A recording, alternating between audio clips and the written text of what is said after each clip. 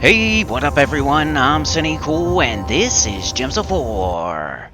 And today I got 5 teams for you for the Sea of Sorrow faction event for 2025.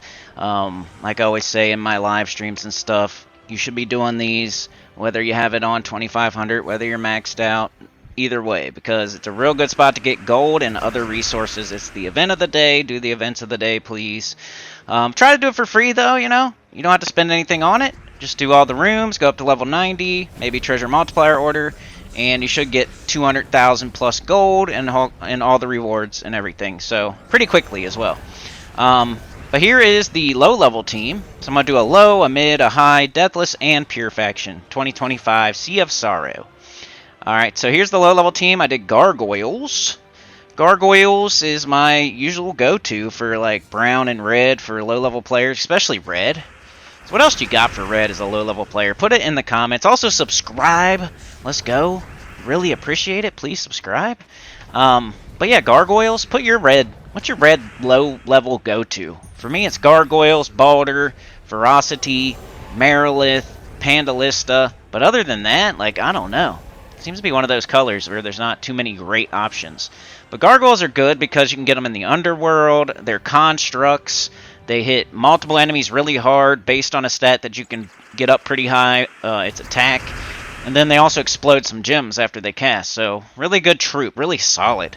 Underworld, easy to get. Hall of Guardians. You can get multiples of them really easily. Get it fully ascended. All that good stuff. So using the Mountain Crusher and the Bork to get them up, using Geomancer to 50% start them, and then you just fire on 2 and finish off whatever's left standing. The Mountain Crusher and the Bork should be plenty to get them up as many times as you need to get them up. Bork's almost overkill on this team, so the Mountain Crusher plus 3 Gargoyles would probably work as well. Alright, here is my high-level team for this, and I was saying just recently in my last live stream that, man, the devs are trying to like kill YouTube for us, you know. Plus AI coming soon, probably. Man, we just use Chrysantherax for everything, Ruby Weapon for everything, Wand for everything. If you got those 3 things, you know then you got like Zul'Goth or High King Iron Gut for Deathless hard stuff, and you could like say like 10 different troops, and that's all you would need. Pharaoh Khafre, Shaka, that's it. You know, maybe Miraji Queen, and then that's all you need once you get all those things. Pretty much. I mean, there's some little certain real tight restrictions for certain events, but just for certain, like a lot of the stuff, dude, I might make a video on that one day. But we got Chrysantherax, of course, for our high-level team. Chrysantherax, Double Khafre, and Miraji Queen.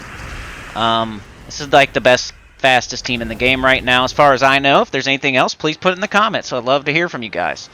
Leave me a comment with what's faster than this. Make sure you're 100% sure and you tested it and all that good stuff. But yeah, this is what I did for high level. This is what I'm going to do for the event. I'm going to get the event done in, I don't know, what, like 20 minutes? Maybe 30 max? And then I'm going to get 250-something thousand gold and all kinds of other good rewards. Plus, you get 2 class experience for every single fight. So if you don't have your classes on 100, then you could either use my low-level team or my mid-level team and level up classes, too. Don't sit there and grind that. Just, like, equip classes while you do other stuff you're supposed to be doing. Here's the mid, so I try to make something kinda, and we got Chrysantherax, we got Gargoyles, so I try to go off the beaten path a little bit on my mid, so I'm not putting out like the same teams every time, but then I end up putting out this team quite a bit too, so it's a little bit of a variation though. So we got Shaggorath, Queen Beatrix, Wand of Stars, and the Miraji Queen.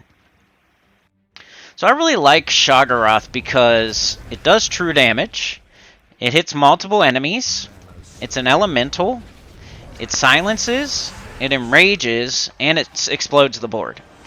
And it goes good with like Queen Beatrix or Vanaxia, because it uses blue. And, you know, especially the Vanaxia part. Like Queen Beatrix puts up green and brown. They just both do true damage, so they go pretty good together. And, you know, Shaggorath can eliminate like either the first or last slot, and then Queen Beatrix does scatter damage, true scatter damage, so she'll hit harder the less enemies there are. That's how scatter damage works. It spreads out between all 4 enemies. Instead of hitting for whatever it says on each enemy, like AoE does, scatter damage will spread it out. So if it says 100, it's going to hit each enemy for 25, not 100. So once there's less enemies, that 100 will hit each enemy for 33. So if you didn't understand scatter damage, that's what that is. Once you got 2 enemies, it hits for 50. Once you got 1, it hits for 100. So if Shoggoth can eliminate 2, then Queen Beatrix is going to hit those other 2 really hard with scatter damage. So pretty cool. The wand's just our mana generator, cleanse, curse. Really good, covers the rest of the colors for the team. And then the Mirage Queen is pretty much just 50% starting Shoggoth. Get up Shoggoth quick, cast it, maybe kill something. If not, you're blowing up the board, you're getting up Queen Beatrix, then you're casting her and finishing off whatever's left over. I did Archer as my class just because 50% start, Green Storm. Get that class experience. Come on, baby. Alright, here is the Deathless team for Sea of Sorrow. Sea of Sorrow. So this is pretty much the same thing every time as well. If you can remember, it's not always exactly the same, but it's pretty close. Like with this one, I have the Mirage Queen instead of a Leprechaun or Harpy Mage or something, which I might have been able to use Harpy Mage now that I think about it. But this still worked anyway. Can't remember, what's the colors for Sea of Sorrow? Is it, might be, it's like blue, it's definitely blue. And then, I can't remember. Is it blue-purple or blue-red? But anyway, I did Mirage Queen because either I forgot about Harpy Mage or Leprechaun, or it was the only thing that I had that I could use. But Mirage Queen's going to 50% start the High King Iron Gut and the hero, right? Is High King Iron Gut elemental? I think he's Goblin. Never mind. Okay, so the Mirage Queen is 50% starting our hero, who's Elementalist. So that's a good... If you're going to do Deathless, Elementalist is a good class to use, because it'll tie up the enemy, stop them from killing you. It's the best class in the game anyway. High King Iron Gut. The idea here is your horde level's high. Your High King Iron Gut has a 100% chance to devour. You hurry up and get them up before the enemy can do anything. You devour something. If it can't be devoured, you curse it with the Essence of Evil or the Mirage Queen, and then you devour it. But really, it's that quick, early devour. Builds High King Iron Gut's stats up so he can't be killed. He's your tank, so he's got a lot of armor, a lot of HP, a lot of attack. And then you do it again. So you devour again. Now he's even bigger, even stronger. More armor, more HP, more attack. And then you fire off that Zul'Goth, because he'll get up eventually. After you're devouring twice. Like by the time you devour twice, half the enemy's team, like Zul'Goth should be up. And then you cast Zul'Goth, kill a third thing. Instant kill a third enemy, and then when he throws all those skulls up on the board after you cast them, there'll be something there. Either it matches automatically, you get an extra turn, boom, you kill them, or there's skulls up there for your next turn. You take the skulls. High King Iron Gut's already devoured 2 things. He has really high attack already because you have over 100 attack, and then you devour 2 enemies. So now what do you got? You got like 800 attack or something. So the skulls are gonna smoke them, and that's how you usually do it. You got Elementalist to tie up the whole enemy team. You got Essence of Evil to target things if they're about to cast, or if you want to tie up their first slot, or if you just want to use it to hit their last slot and try to terror as another way to instant kill. So you pretty much have 3 instant kill options, and you have 2 things that will tie up the whole enemy team. So really super easy. Almost always works for me, like 99% success rate. The only time it's ever lost one troop, is when it gets like death marked and the death mark goes off on second turn or something really quick like that. So 99% of the time that'll get Deathless 500 done. So here's the Pure Faction team for 2025. Was it Hammerclaw, Hammertoe, Camel Toe? What's its name? I think it's Hammerclaw. We got the Deep King, and Sea Witch. So Hammerclaw, Deep King, Sea Witch is what I went with for my Pure Faction 500. It's literally on 500. You're watching the last fight. I probably could have put it in 2 times speed, but here we are. I didn't do that. And yeah, it's just the last fight of 500 Pure. And this is what worked for me.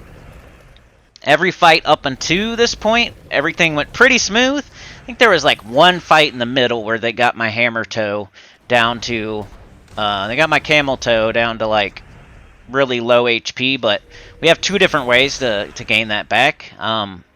Camel Toe like gives himself HP, and then Sea Bitch also gives him HP. So you can do that and just keep him healthy like that. And then you can enrage him. You can enrage Camel Toe with your Sea Witch, and then hit with skulls. And then it's a tank too, I think. I think it has some sort of skull mitigation. Even if it doesn't, though, it gains a bunch of life, gains a bunch of life, gains a bunch of life. So Hammer Toe is pretty good as our tank up there. The Deep King's really how you're going to be killing the enemy. It's true splash damage. You're going to be using that a lot this week. Get used to the Deep King. It's really easy to get. So everybody out there should have something for this week. It's the Deep King. So go get the Deep King and use it on everything. Underspire, Raid, everything. Sea of Sorrow.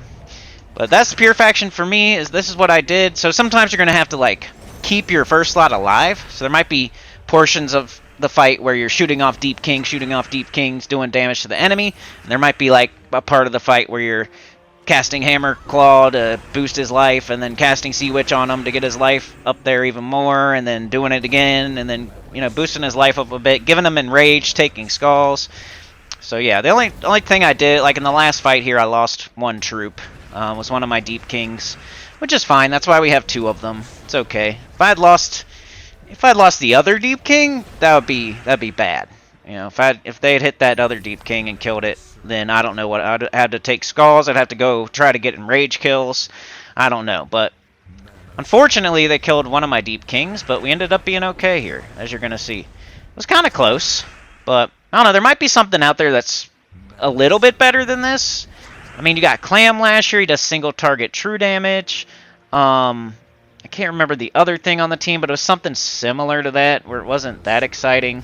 There's another like single target true damage thing, I think. So like, what else is there? I think the Deep King is the best like damage dealer. We got a tank, 2 damage dealers, and a mana generator. Sea Witch also throws up blue and brown. The Camel Toe can get an extra turn or something if there's a certain amount of blue on the board. That doesn't happen very often, but I think it did happen for me like once. It also explodes a column or a row. You can't really tell which one it's going to do, so make sure you hit the middle of the board so you can get the most out of it. What else can I say about this? I was getting up both Deep Kings before I would cast one or the other. Like on your first cast, you don't have to do that because you're enchanted, so your second Deep King is going to get up either way.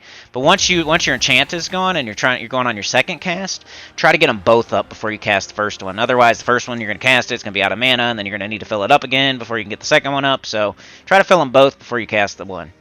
But yeah, good luck. I got it done. Bang, first try. Hopefully you're doing this, and hopefully I'll see y'all on Friday. But not super sure. Didn't stream today. I might stream today. I don't know. Like, share, subscribe, consider joining. Helps a lot. Tell your good about the channel, comment below. And I'll see y'all next time. Peace. Subscribe!